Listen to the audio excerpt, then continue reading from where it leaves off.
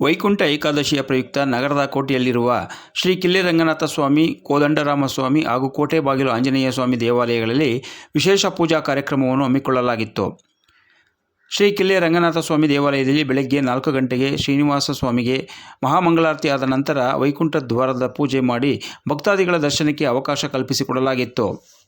ಹಾಗೆಯೇ ಕೋಟೆಯಲ್ಲಿರುವ ಶ್ರೀ ಕೋದಂಡರಾಮಸ್ವಾಮಿ ದೇವಾಲಯದಲ್ಲೂ ಕೂಡ ಶ್ರೀರಾಮ ಸಮೇತ ಸೀತಾಮಾತೆ, ಲಕ್ಷ್ಮಣ, ಆಂಜನೇಯ ಸ್ವಾಮಿಗೆ ವಿಶೇಷ ಪೂಜೆ ಸಲ್ಲಿಸಿ ವೈಕುಂಠ ದ್ವಾರಕ್ಕೆ ಪೂಜೆ ಸಲ್ಲಿಸಿ ಭಕ್ತಾದಿಗಳ ದರ್ಶನಕ್ಕೆ ಅವಕಾಶ ಕಲ್ಪಿಸಿಕೊಡಲಾಗಿತ್ತು.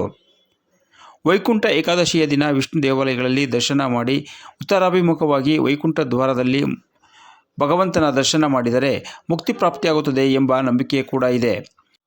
ಹಾಗೆಯೇ ಈ ದಿನ ಪುತ್ರ ಸಂತಾನ ಇಲ್ಲದವರು ವ್ರತ ನಿಯಮದಲ್ಲಿ ಇದ್ದು ವಿಷ್ಣುವಿನ ಸಮೇತ ಭೂದೇವಿ ಮಹಾಲಕ್ಷ್ಮಿಯನ್ನು ಪೂಜೆ ಸಲ್ಲಿಸಿದರೆ ಪುತ್ರ ಪ್ರಾಪ್ತಿಯಾಗುತ್ತದೆ ಎಂಬ ನಂಬಿಕೆಯೂ ಕೂಡ ಇದೆ. ಹಾಗಾಗಿ ಇಂದು ಬೆಳಗ್ಗೆ ಸೂರ್ಯೋದಯಕ್ಕೂ ಮುನ್ನ ಎಲ್ಲ ವಿಷ್ಣು ದೇವಾಲಯಗಳಲ್ಲಿ ಭಕ್ತರು ದರ್ಶನ ಮಾಡಲು ಸಾಲುಗಟ್ಟಿ ನಿಂತಿದ್ದು ಕಂಡು ಬಂದಿತ್ತು ವೀಕ್ಷಕರೇ.